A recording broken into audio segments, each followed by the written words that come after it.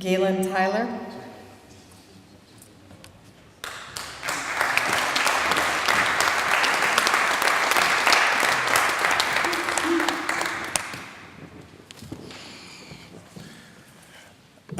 Good afternoon, everybody. I'm glad to be here. Speaking at when you think about United States World Court of Women, and then actually being a male speaking at it, it's kind of an honor. So I'm honored that I'm able here to speak, as well as the men that spoke before me. So, like Sherry said, my name's Galen Tyler. I'm originally from Virginia. In a rural area called Ordinary Virginia. It's kind of funny, but that's the name of it. It's called Ordinary Virginia. It's probably about anywhere from like 40,000, 50,000 people. It's very small. You pretty much know everybody. I grew up, two parents households, just, thinking about, how I was going to do the same thing, that my mother and father was doing. Had a lot of issues growing up, just based on being in a community that was predominantly white. Kind of always, doing class and through, all the teachers and learnings. Somehow when they talked about like slavery and U.S. history and world history, always kind of made it like an issue of color. And so kind of being in a classroom filled with people that thought it was like a joke, that I was the person of color, and it was like only like one or two people in the class that, that was of color. It was always like this major fight back, kind of like at a young age, I always wanted to fight back and prove, all the things that I was hearing about, like, from blacks being 3/5 of a man and stuff like that. And, of course, most of the misery, that was happening strictly to people of color. And so, just always wanting to fight that back, I got into a lot of trouble just by, challenging authority, on just about any and everything that they said to me and stuff. And so, did a pretty good job of, with school as far as grades and stuff like that. Made pretty good grades and stuff like that, but, father and mother was like a housekeeper and a pastor. It was kind of funny, she was a pastor of a church at the same time, cleaning houses. Kind of didn't like that growing up. My father, he was pretty much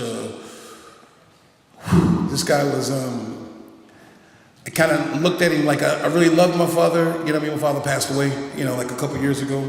Like my father did a lot of great things as far as like providing for the family and stuff like that. But as far as nurturing, and like a lot of the questions that I had with the major contradictions that I was having, he kind of always used to tell me just don't pay that no mind, just work hard, go to school, keep getting an education, stop getting in trouble, stop always, causing, this whole thing around it's about me thing. And I never really thought it was about me, but when I look back at it, I can see that the reason why I did most of the things that I did as a youth in school was about really me, myself, trying to figure out how was I going to beat back all those stereotypes that they was pretty much, saying. And so, I grew up in a pretty large household, 6 other brothers and sisters. I had 3 brothers and 3 sisters. Come from a large family. My grandma had a lot of kids. My aunts had a lot of kids, just from a big, large family in the South. Just kind of seemed like all my relatives just had a lot of kids and stuff. Same with me. I have 7 kids myself. And just like my father, I tried to be there to provide for him, since day one. But I wanted to kind of add something different to him, give him a little insight on some of the things that I always constantly saw was wrong. And it was probably a gift and a curse, and so I think I probably passed it on to them too, as well as constantly challenging, things that they don't see as right. And so like after I graduated from high school, I graduated in 1988, and June and September of 88, I went into the military. I took the test, bam, got like higher score, you could be whatever you want to be in the military and all that other stuff. But I went in as a medic, I was already kind of like, I think back, I was kind of scheming, thinking to myself like, I'm not trying to be no grunt, carrying no gun, or nothing like that. I wanted to be a medic, laid back, chill, maybe help people at a medical station. From day one, I wanted to go to Fort Sam Houston and just work, in an aid station or something, just helping people out. And I made this all kind of clear to my recruiter, before I went in, and he laid it out to me like, oh, you're getting exactly that. I put all these choices, that I wanted, and didn't want to leave the United States. Like, traveling outside the country was like the farthest thing from my mind. But what happened is like, boom, after I went to basic training in Fort Knox, and then went to Fort Sam Houston, for AIT training. Bam, they sent me straight to Germany in an infantry unit. And I was like, as a medic, I'm still a grunt, you know what I mean? And so I was like, that's like a major contradiction to my contract, what I thought was a contract, right? And so like, from time I got in Germany, it was like all set up, pretty much for me to be like blind, deaf, and dumb, to any and everything that was going on around me. Over in Germany, at 18, you're allowed to drink alcohol. So it was like, you go to work, and then every break is like all about alcohol. Like the military just had us thinking that everything was about like, wait till we get off so we can drink. And so it was like going to like Burger King and ordering a Whopper and getting a heavy Weissen, right inside of a Burger King.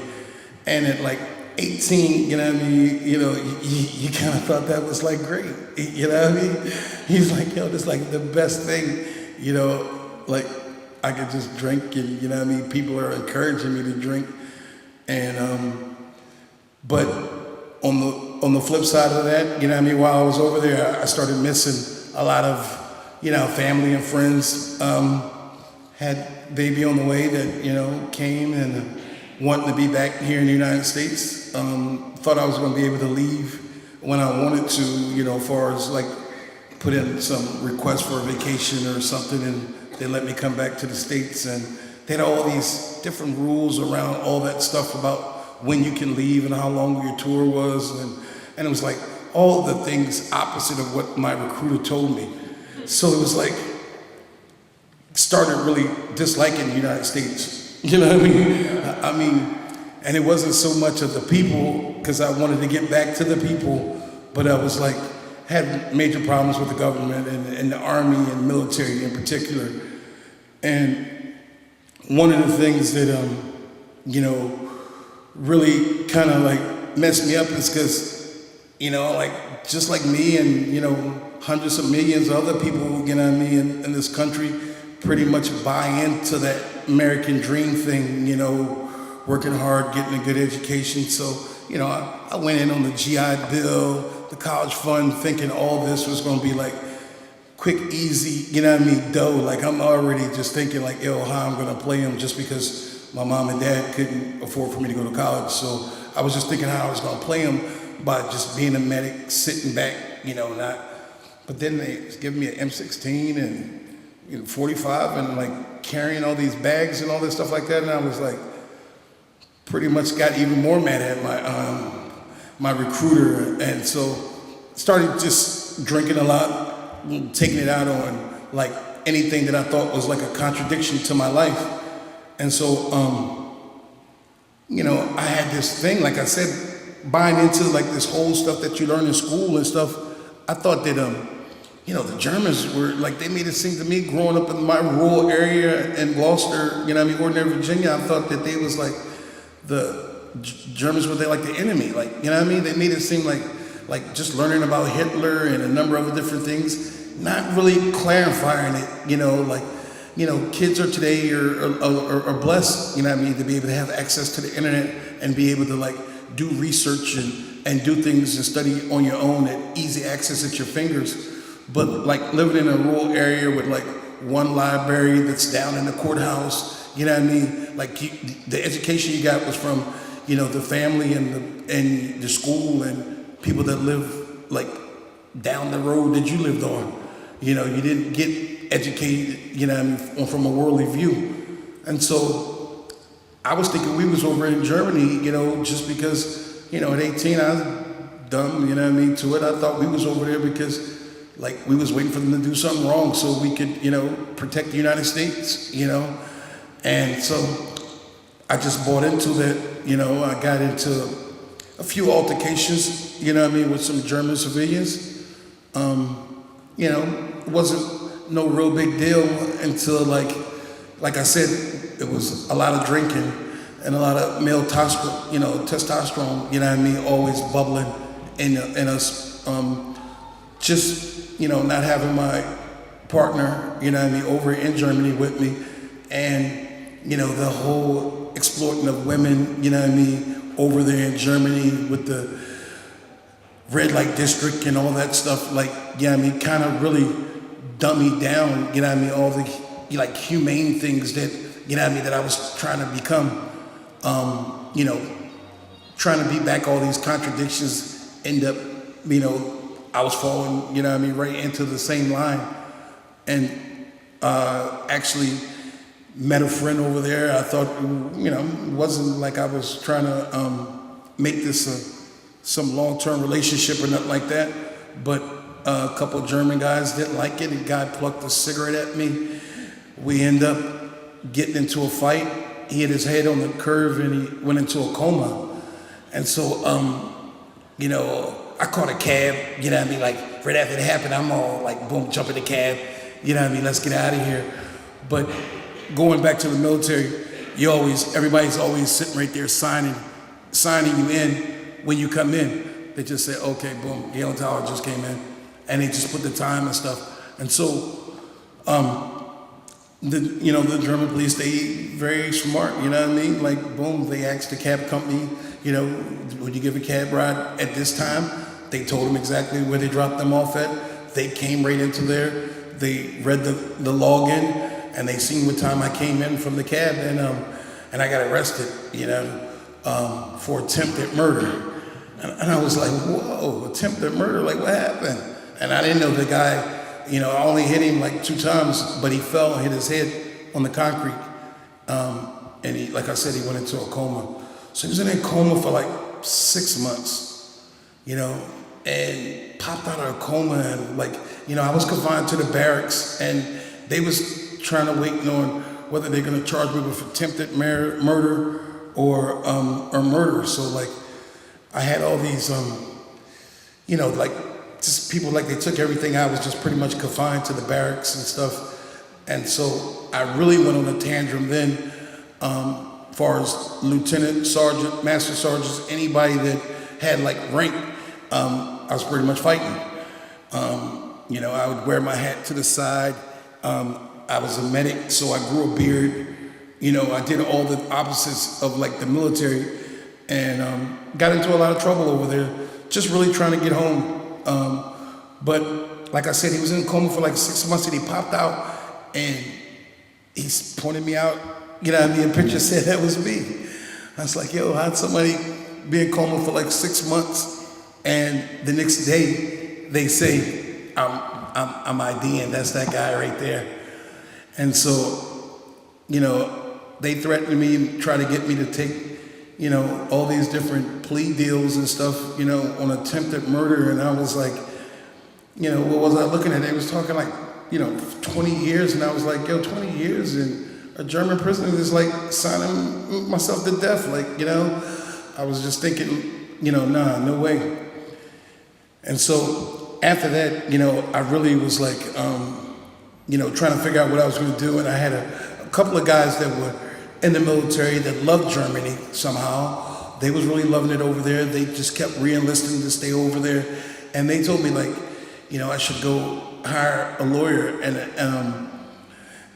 not take the attorney general that they was offering me that was just pretty much just working with the German courts.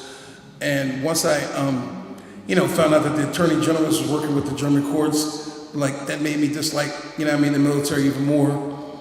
And once I hired, you just had money because you didn't really have to spend money on anything.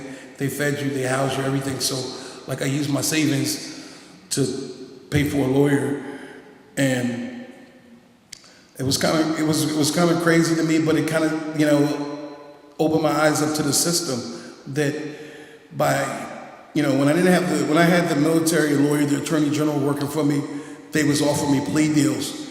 When I paid the lawyer, I went into court, within like a month, and he asked like one question, he asked a few questions, like what's your name, stuff like that, how long you was in a coma, and then he just asked him a couple questions. Do you see the person who did it to you? He pointed me out, made me stand up, and then he asked him from 0 to 100, how sure are you? And the guy said about 75% sure. And my lawyer sat down, and I was like, 75%? That's a conviction. What you doing? And he was like, I started crying.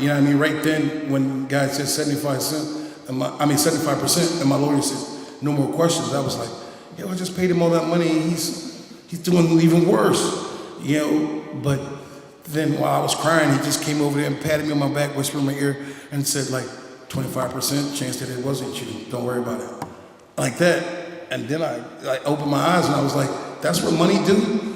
Money allow a person to be able to pretty much dictate, a person's life, where it's headed. So now that he got me off that, the military tried me probably about 3 or 4 months later and found me guilty on all the things that I just got found not guilty on in the German courts. So now I got found guilty on all that, and I got a less than honorable discharge. I didn't get a dishonorable discharge. I got a less than honorable discharge.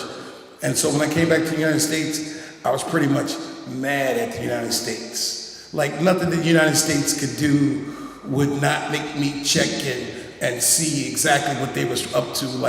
I was always constantly trying to figure out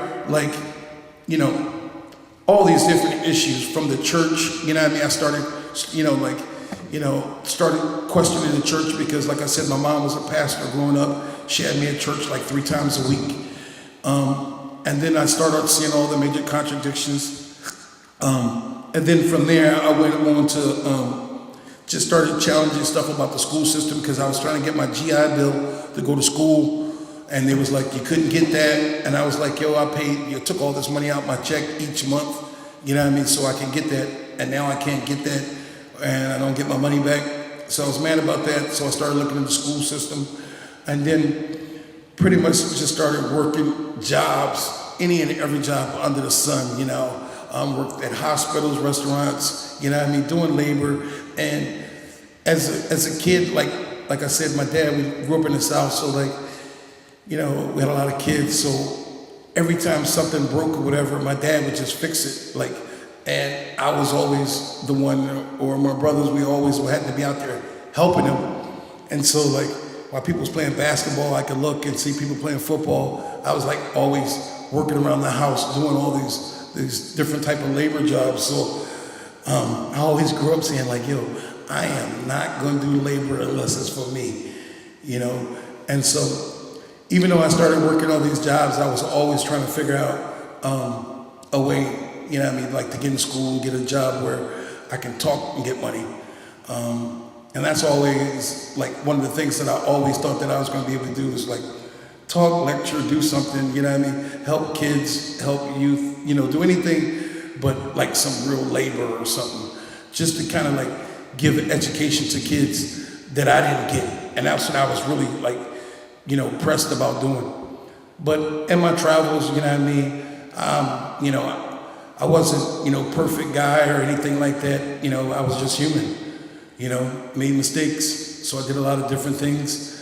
Like I said, it wasn't perfect, but it was human. And so I kept on going on, and I kept trying to figure out different things. Pretty soon, by 1997, I got 3 kids now. And I ended up, getting my house foreclosed on and ended up losing my house. I was living in Chesterfield, Virginia, outside of Richmond. And I had a relative that told me about like the Kensington Welfare Rights Union here in Philadelphia. Always been coming to Philadelphia since I was a kid. Used to cut school and come up to Philadelphia, see my cousins, see my aunts and them, my family. And so when I got foreclosed on, I came up here and stayed with a relative in Philadelphia. My wife, she's originally from Philadelphia, so she stayed with some relatives in Philadelphia. In West Philly, I was living in the Northeast, and the relative I was staying with told me about the Kensington Welfare Rights Union, and that's how I kind of got involved. And I was like, still always looking at any and everybody as suspect. Didn't really have no trust, but it was some of the issues that people was talking about, because I was homeless at the time. I didn't really know I was homeless, but because just buying into the stereotypes, I thought homeless people were those Vietnam vets, those drug and alcohol people, those homeless, the bums, the drug people. And just coming to a couple of meetings and seeing some of the women, children that was homeless, and hearing some of the facts and statistics about like homelessness and poverty in the United States. And I was like, now I really want to learn, And so all the things that I was kind of like trying to answer these questions, on my own, now I was like a group of people trying to figure out how to answer these questions. And this was like in 1997. But still, at the time, I was still trying to work. That was, much as I hated labor, I always ended up getting a job, doing some type of labor. And I was working at this linen and rental company, but I was also staying inside one of the human rights houses in Philadelphia. And so this human rights house was like 3 other families staying there, a couple of college students, any and everybody that probably needed a space for a day or a night coming in and out of town was staying there. And so it was like, wow, like people do care, and people was very multiracial. That was like one of the like founding principles, in this organization about like not leaving no one behind regardless of what they look like, their race, their color, their sexual preference, what geographical location you're from, rural or city. It was just like whether you're from this country or not from this country. Like it was all these things that they was talking about that I was like, sound like, the next level stuff, from Martin Luther King, Malcolm, and then made me really want to start like reading, studying, and doing a lot more. Had a lot of people around throwing literature at you, trying to get you to see that like you wasn't the only one in this country with this problem. And so once I got a hold of that, it was like similar to what Muhammad was saying earlier, about knowing your niche and your calling, and and like finding it. And so I've been a part of this movement, since like 1997. Really got involved when we did the bus tour in 1998, where we was documenting economic human rights violations around the country. I was just about to start getting medical and some benefits at the linen and rental company. Wife did a sit-in. Well, they was out in Love Park. They was right around town. John Street was trying to lock. No, it wasn't John. He was city council president at the time, and he was pushing this thing around like locking up all the homeless people in Love Park, and nobody being able to like stand in the same, spot, a collective group for longer, then like I think it was like 5 minutes, 10 minutes. He was trying to pass some crazy bill, and my wife stayed out at Love Park, sleeping out with the homeless families, and they was doing it for like weeks, and she would come back at like 5 o'clock in the morning, and then I'd leave and go to work and be there by like 6. And then it was one of the times where they was about to get arrested, and she didn't come back. They didn't get there till like 9 o'clock, 10 o'clock. And so I was late to work, and it was like, I think it was like May 28th, May 29th, and I think I was about to get my benefits in like June for working there 6 months, and it was like I came to work late, and it was like, we'll need you today, you know what I mean, da-da-da. So I was like, okay, cool, free day. And then when I went back to work the next day, they was like, oh, we don't need you anymore, you're fired, like that. And so didn't really think it had anything to do with the benefits and like that until I started like traveling and hearing other people saying the same thing happened to them. I was like, oh, like being late to work was no big deal. But when they found out that like I was one of those workers that was probably about to get ready to get benefits, you know, within like a few days, they was like they didn't need me anymore. So June 1st was the bus tour, you know what I mean, for the Freedom Bus tour so it was like 3-4 days later they was doing a bus tour. So it was like me and my wife took turns as far as the kids going to school and going on the bus tour.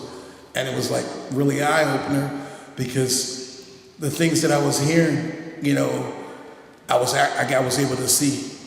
And once, you know, it's a lot of times like when you get like I think Rose hinted on it, everything, like a lot of people have like the knowledge and stuff like that, and us telling stories, you know, is that wisdom, those wise words, you know what I mean, being spoken by man, woman, and child are like the wisdom, you know what I mean, but to see things clearly, like that understanding, you know what I mean, to see things clearly as they are and not what they present themselves to be, was like the bus tour for me. Because even though I knew, you know what I mean, I heard, it was nothing better than really seeing it. And so knowing that I started learning like the real meaning of like human rights, because I always kept looking at it like, yo, I ain't perfect, but I'm human. That's how I always looked at it, you know. And that was like one of my lines I used to have in my head all the time. I ain't perfect, but I'm human. And then after the bus tour and started fighting around economic human rights, I was like, fighting for human rights, that's perfect, you know, like that's perfect, you know, making sure that each and everybody has a right to like a decent, dignified life, you know what I mean, being able to, you know, really truly, you know, thrive and not just barely survive is like key. And, you know, meeting people from all walks of life, you know, you name it, you know what I mean, being able to like meet these people and hear their stories straight from the horse's mouth and really see how like it touched me, you know, from the opening of the courts when the young woman came up and sang, Amani, I think that's her name, like all those words, like, you know what I mean, like I couldn't even hold it back because I was like, yo, that's what I always thought about. And then, you know, and I heard other people started repeating that same thing in their testimony, and then just keep hearing like from the youth, like even when Jose got up here, you know what I mean, and he said about like daydreaming and stuff like that, it's like, yo, that's the same thing all the rest of these visionaries and leaders that I'd be around, they do the same thing. And so when I hear it in like the youth already, when like how Paul said how the young woman from AAU laid out their whole, you know, her whole testimony, and, you know, it was all visioning in there. You know, it was like, you know, just straight vision of like how things could be much better in this country.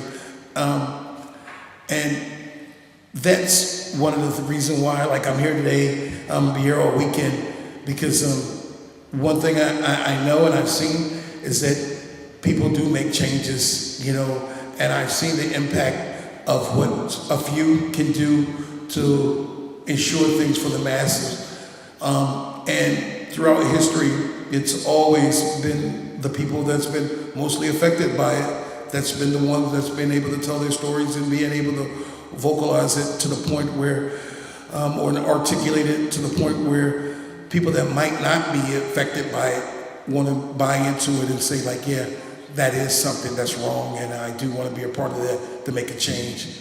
And so the courts, you know, means a lot to me today, just to be here and be able to listen to other people's stories and stuff. Like the whole storytelling thing, I know people might look at it and say like, you know, we hear a lot of story of misery and stuff like that all the time. But I think, you know, when you hear these stories and stuff of the misery, and it touches you to the point where you want to say, I don't want to see that happen to another single human, it allows you to start being visionary and start thinking about and asking the question why. I think why is like the smartest question, you know what I mean? Like the most important question, you know what I mean? Any and everybody can ask about any and everything is why. And when you ask why, you know what I mean, these things are a certain way, you start coming up with like different answers, or make you go to different people that might have the answers. And so when we think about like why are all these different human rights violations that are happening in a country that supposedly was and the richest country in the world, and while they would like allow millions and millions of people in their country just, you know, go through the type of ills that people, you know what I mean, being affected by every day. So just hearing, like I said, being at the courts and hearing people's stories, you know, I see why they have been able to make changes in people's lives, and why these courts are important, and why, you know, like hearing someone's story allows you to be able to like start asking questions and start being able to come up with different visions, you know what I mean, to really bring about a change. Thanks.